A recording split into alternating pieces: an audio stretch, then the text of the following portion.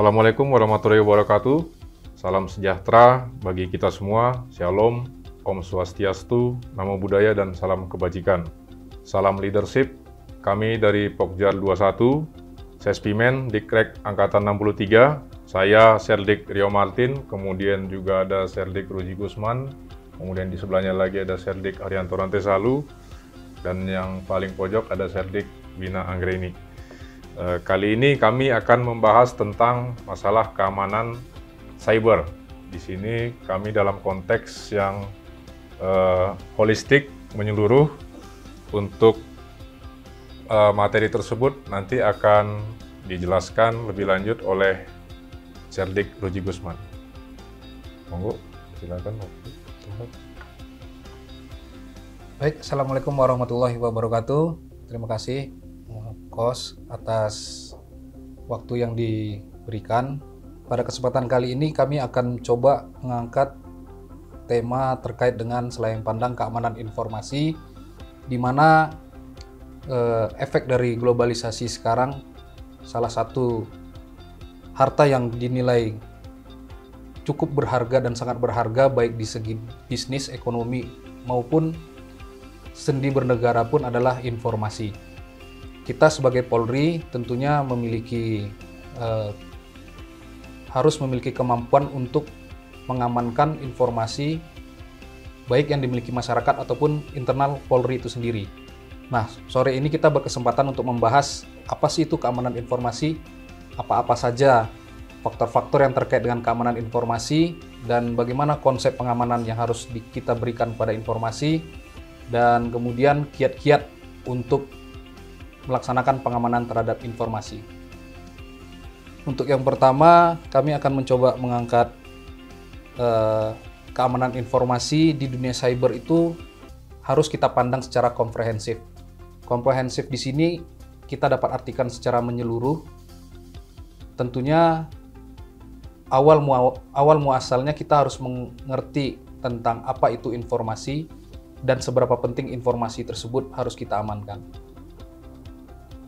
Dalam melaksanakan pengamanan kepada informasi atau data, seperti yang saya sampaikan di awal, sifatnya harus secara komprehensif. Komprehensif di sini artinya secara lengkap, bahwa informasi itu sendiri, nilai informasi itu sendiri harus diamankan, kemudian di mana penyimpanan informasi tersebut, dan kemudian tentunya harus dilakukan pengaturan terhadap kebijakan atau peraturan terkait dengan pengamanan informasi itu sendiri.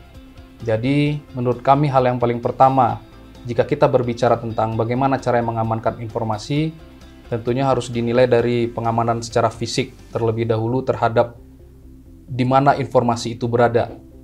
Informasi itu berada dewasa ini tentunya di berbagai macam device atau peralatan hardware. Tentunya saat berbicara tentang pengamanan informasi secara fisik, kita harus dapat melakukan pengamanan terhadap device, alat, hardware yang menyimpan informasi tersebut. Misalnya, organisasi Polri memiliki data terkait dengan jumlah personil, kemudian tempat penugasan yang tentunya tidak bisa diekspos secara luas atau tidak bisa diketahui oleh masyarakat umum. Ini tentunya sangat bernilai bagi organisasi Polri karena apa? Misalnya terhadap data-data yang penting, data-data penugasan dan data-data privasi anggota Polri itu sendiri harus tetap dijaga dan dirahasiakan, tidak dapat diakses oleh orang lain. Kita bisa bayangkan apabila data-data ini jatuh ke tangan pihak-pihak yang tidak bertanggung jawab, tentunya data ini bisa disalahgunakan dan kemudian bisa berefek negatif bagi operasionalisasi Polri. Hal pertama terkait dengan segi fisik yang harus diamankan yaitu adalah bagaimana kita mengamankan hardware kita, kemudian jaringan kita, kemudian ruangan kita jika perlu, ruangan di mana device atau hardware itu berada dan disimpan. Dan kemudian kategori kedua yang harus kita lakukan adalah pengamanan secara teknologi, yaitu secara aplikasi, sistem operasi maupun jaringan yang terkait dengan penggunaan data itu sendiri. Apabila data ini hanya digunakan secara manual terhadap hardware atau device tersebut, tentunya agak sedikit ringan dalam melaksanakan pengamanan. Namun apabila data ini dapat terhubung ke jaringan, baik itu internet dan segala macam yang bisa diakses oleh orang luar, tentunya kita harus menempatkan pengamanan terhadap jaringan dan sarana teknologi tersebut.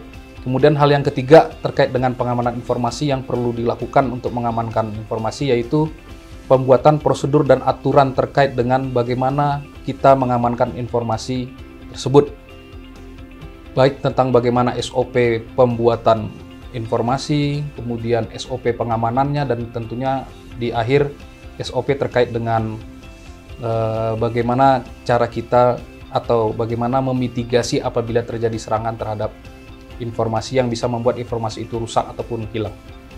Itu beberapa hal pandangan tentang bagaimana pengamanan informasi secara komprehensif. Kemudian berbicara tentang keamanan informasi yang kedua, yaitu ada beberapa istilah terkait dengan keamanan informasi. Yang pertama itu adalah vulnerability atau kerentanan. Yang kedua itu ada threat atau ancaman.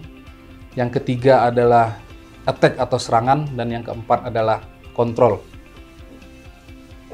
Empat terminologi ini berkaitan erat dengan keamanan informasi.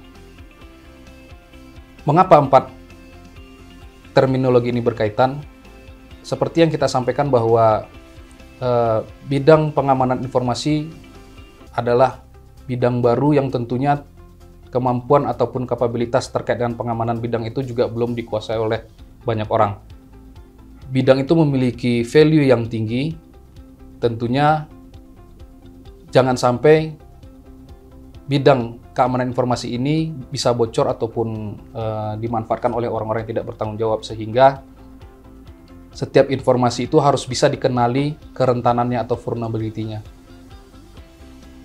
Kemudian terminologi yang kedua yaitu threat atau ancaman. Saat kita membuat atau menyiapkan suatu data atau informasi, kita harus juga memahami tentang ancaman apa yang bisa terjadi terhadap data atau informasi tersebut. Dan kemudian attack itu atau serangan adalah suatu tindakan yang bisa menyebabkan informasi ini hilang atau rusak sehingga tidak dapat memberikan manfaat lagi kepada user atau pengguna. Dan yang terakhir adalah istilah kontrol, yaitu tentang bagaimana user atau pengguna melakukan kontrol baik terhadap pengamanan informasi itu sendiri maupun terhadap mitigasi apabila terjadi serangan. Keempat terminologi ini sangat berhubungan, diibaratkan bahwa ada sebuah bendungan yang memiliki keretakan kebocoran sehingga bisa menyebabkan air yang berada di bendungan itu memecahkan bendungan dan kemudian bisa membahayakan warga sekitar bendungan. Vulnerability-nya itulah terletak pada keretakan yang ada di dinding bendungan tersebut. Sedangkan untuk ancaman tentunya apabila vulnerability ini atau kerentanan ini tidak segera diperbaiki atau tidak segera dikenali dan dicarikan mitigasi untuk atau intervensi untuk mengatasinya, ini bisa menjadi suatu potensi kehilangan atau kerusakan dari informasi. Attack sendiri bisa kita analogikan sebagai tindakan-tindakan masyarakat yang mengakibatkan bendungan tersebut menjadi semakin besar potensinya untuk pecah atau bocor. Dan kontrol adalah bisa dianalogikan tentang bagaimana petugas yang bertanggung jawab terhadap bendungan melaksanakan kontrol, pengecekan terhadap bendungan, mana bagian-bagian yang retak, mana bagian-bagian yang berpotensi untuk menyebabkan bendungan ini bocor, dan sebagainya, dan sebagainya. Saya rasa gambaran awal terkait dengan keamanan informasi, begitu yang bisa saya sampaikan. Saya kembalikan ke Mas.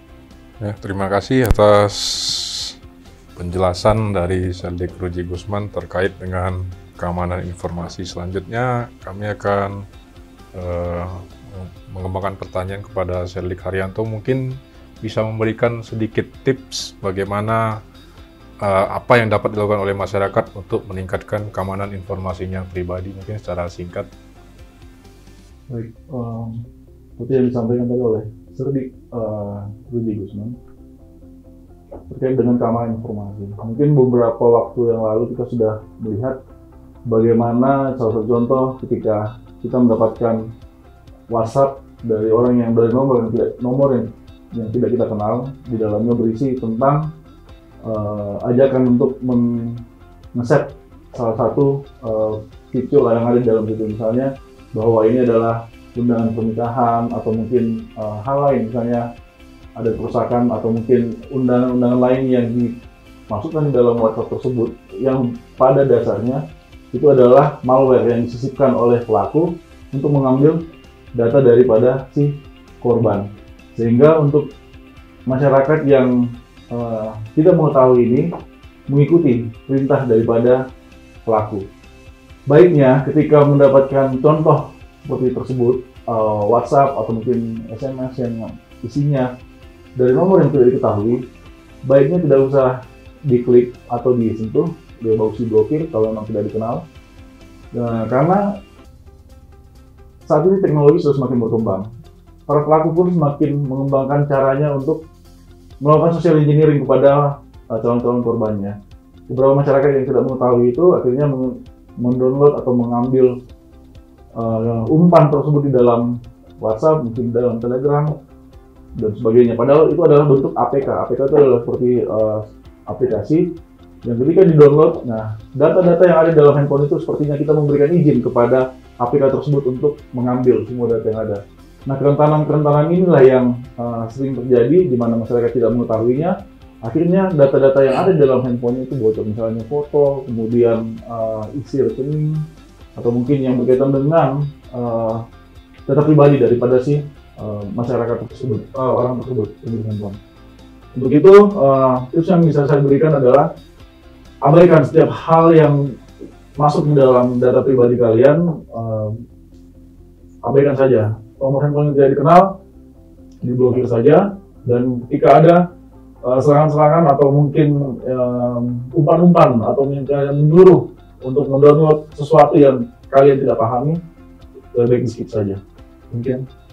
Terima kasih atas penjelasan dari Sedlik Haryanto. Mungkin dari Sedlik Bina ada menambahkan sedikit. Terima kasih, host. Masyarakat.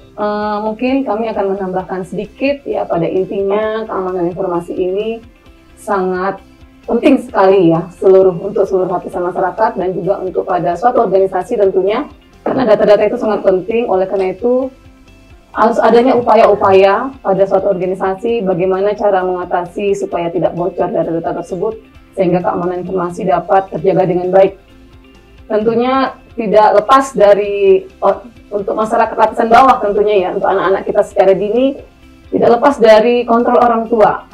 Ya benar apa yang disampaikan oleh Sedlik Haryanto tadi, apa yang masuk tentunya kita kalau tidak mengetahui segera kita memblokir, itu salah satu mencegah ya.